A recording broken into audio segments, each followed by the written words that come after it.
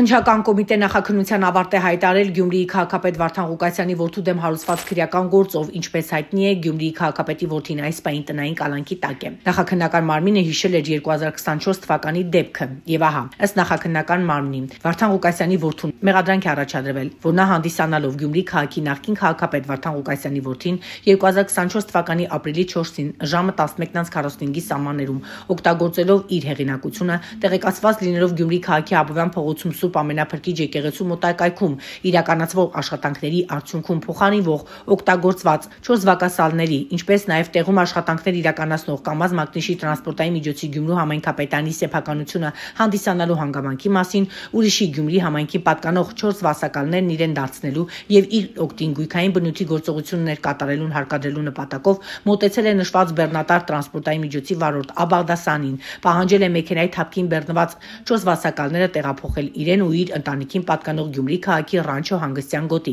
Աբաղդասյանի գործողությունները հսկելու իր համար ցանկալի վերջնարարությունքին հասնելու նպատակով ընկերոջը, ում ինքնությունը ըստ նախաքննական մարմնի չի պարզվել, հանձնարարել է նստել բեռնատարը եւ ուղղորդել վարորդին։ Իսկ Աբաղդասյանը վախի ազդեցության տակ բացասական հետևանքներից խուսափելու նպատակով կատարել է ներկայացված մահանջ եւ համայնքապատկան ԿԱՄԱԶ մակնիշի բեռնատարով դրանում բեռնված 4 վասակալները տեղափոխել է Ռանչո անվան հանգստյան գոտի, բեռնաթափել ու հեռացել, որպիսի գործողությունների արդյունքում Սպարտակ Ղուկասյանի կողմից իրեն է դարձվել 16.195 քառակուսի մետր մակերեսով 4 վասակալները, այդ կերպ Գյումրի համայնքին պատճառելով զգալի չափերի՝ մոտ 64,780 դրամի գույքային վնաս։